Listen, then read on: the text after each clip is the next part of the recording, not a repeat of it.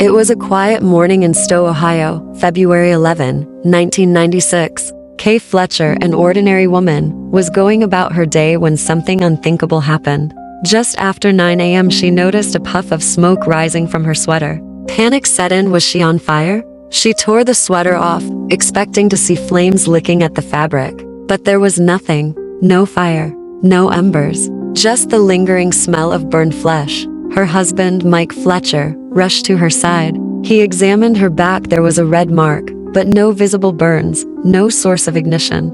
Yet, the stench of charred human flesh hung in the air, thick and undeniable. It was as if something inside her had ignited, a fire with no external cause. The couple was left shaken, unable to explain what had just transpired. This bizarre incident led them to believe that Kay had fallen victim to spontaneous human combustion (SHC), a phenomenon where a person bursts into flames without any apparent external source. SHC has been reported in other cases, often leaving behind horrifying remains, bodies reduced to ash, limbs untouched, surroundings mysteriously unscathed. One of the most infamous cases was George Mott, whose body was found completely incinerated, save for a few bone fragments and a skull. His room remained intact, except for the area where he had been sitting.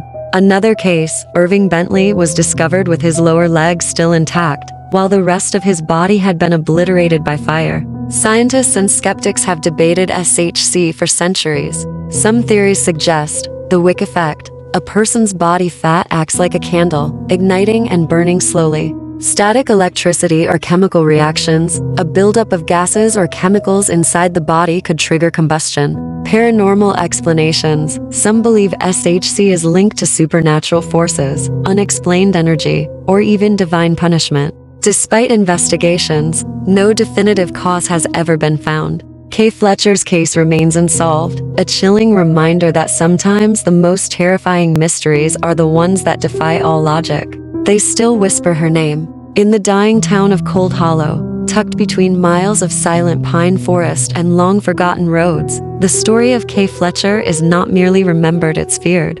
Those who speak of her do so in hushed voices, glancing nervously toward the edge of the woods, as if the trees themselves are listening. It began innocently enough, or so it seemed. Kay Fletcher was never like the other kids. Raised by her grandmother after her parents perished in a freak house fire when she was just 5 years old, Kay lived with scars invisible to the eye. The fire that took her parents had started mysteriously in the middle of the night, consuming their home in minutes. No electrical faults, no accelerants, nothing but ash and sorrow. Kay had been found hiding in a closet, untouched by flame, whispering a lullaby that no one could recognize. After that night, something in her changed. Her grandmother, a stoic woman with eyes like cracked slate and a Bible worn thin from years of thumbing through psalms and exorcisms, warned her constantly, "Stay out of those woods. There's old things in there, things that remember." But Kay was drawn to them. She spent hours along the edge of the forest, sketching strange symbols in the dirt, listening. She grew obsessed with the occult, collecting local legends, rare books on demonology, and whispering to herself in forgotten languages. Her notebooks were filled with eyes, flames, trees twisted like bodies. Her friends, what few remained, began to distance themselves. They said she laughed at things no one else could hear. She'd stare at campfires until her eyes watered, muttering, "He's coming." October 17th was unnaturally still. No wind, no wildlife. Kay told her friends she was going into the woods to finally see it. What it was, no one knew. By midnight, the forest lit up like a funeral pyre. The fire didn't behave like a normal blaze. It bloomed in a perfect ring, 20 feet across, deep within the woods. Flames danced unnaturally, rising and falling like breath. No smoke drifted upward. No sparks flew. The fire hissed like it was alive. Firefighters who responded found their equipment failing. Metal melted like wax. Radios shrieked with a sound that wasn't quite static, more like distant screaming. One firefighter claimed the fire moved when he tried to approach it, reshaping itself, forming clawed hands out of flame. Witnesses nearby claimed to hear something beyond the crackle, howling, deep and otherworldly. One man said he saw a figure standing in the fire, arms outstretched, face hidden beneath a crown of smoke.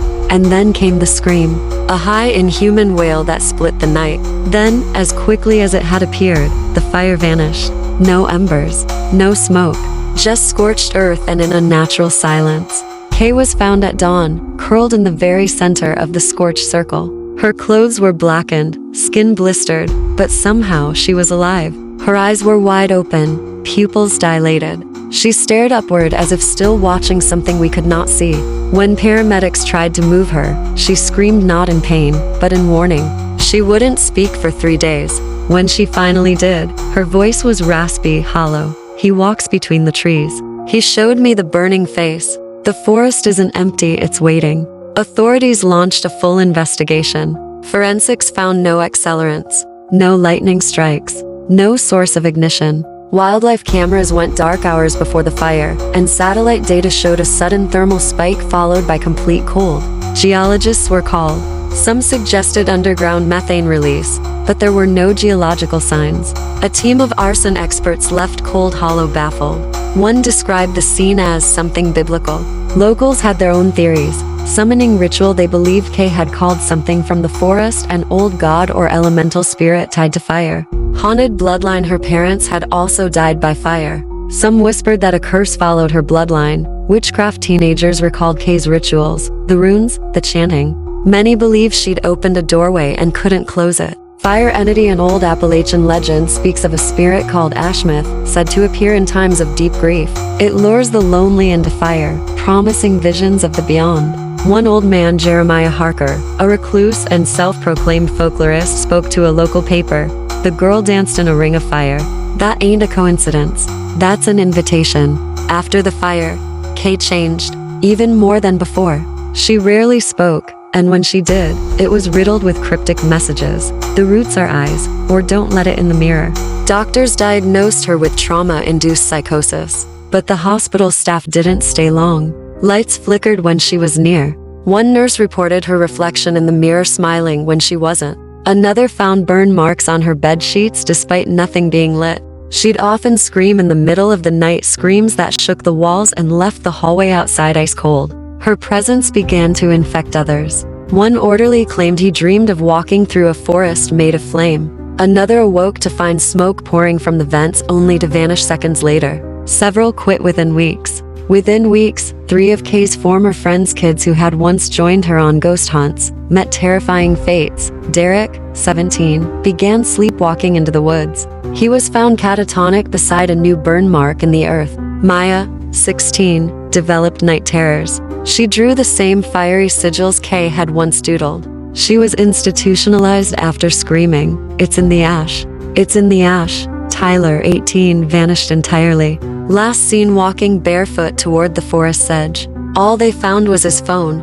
The screen burned out. Even those who had only heard the story claimed to feel watched. Dogs refused to go near the forest. Birds avoided it entirely. Trees seemed to bend unnaturally, forming warped arches, as if the forest was growing into something else. And each October 17th, another small fire would appear somewhere near the woods, always in a perfect circle. No cause, no origin, just scorched earth. 6 months later, Kay's grandmother was found dead in her home. She had been sitting in her rocking chair, clutching a charred Bible.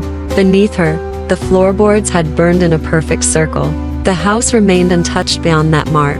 Locals said she had been trying to keep something out. Every window had symbols scratched into the glass, crosses upside down, bowls of salt at every doorway. One neighbor claimed she heard chanting the night before. Others saw a flickering orange light coming from every window, yet no fire followed. Inside, scorched messages had been clawed into the wallpaper. It wants her back. The fire remembers. Kay now resides at the Pine Hollow Psychiatric Facility. Visitors are forbidden. Staff rotate frequently. Several have quit, citing deep emotional unease and nightmares that don't stop. Kay no longer speaks often, but sometimes she'll scrawl phrases into the walls. He is still there. The fire is a door. I didn't walk into it. I was called. Those who've seen her describe her as eerily calm until nightfall. Then, her eyes glow faintly, and the room stinks of smoke. Some claim that when she sleeps, faint crackling sounds come from her mouth like distant embers. The town has not recovered. Cold Hollow is emptier now. Businesses closed. Families moved away. The forest is off limits. The scorched ring where Kay was found remains sterile. No moss grows. No snow settles. Wildlife avoids it. One drone that tried to fly over it dropped from the sky, its memory card fried. Some believe she survived the fire. Others believe she never came back, not the real Kay. The prevailing theory? That the fire was not fire at all. It was something else. A gate, a presence, a test. And Kay? She answered. Now, Cold Hollow waits in fear. Every October 17th, residents hear faint whispers. They seal their homes. They pray. Because the wind doesn't carry leaves that night, it carries voices. And the smell of burning wood returns. Kay Fletcher walked into the fire, and the fire followed her back. Thanks for diving into the shadows with me, you curious, twisted, and beautifully eerie souls. My name is Penny Flick with Kreep-ish.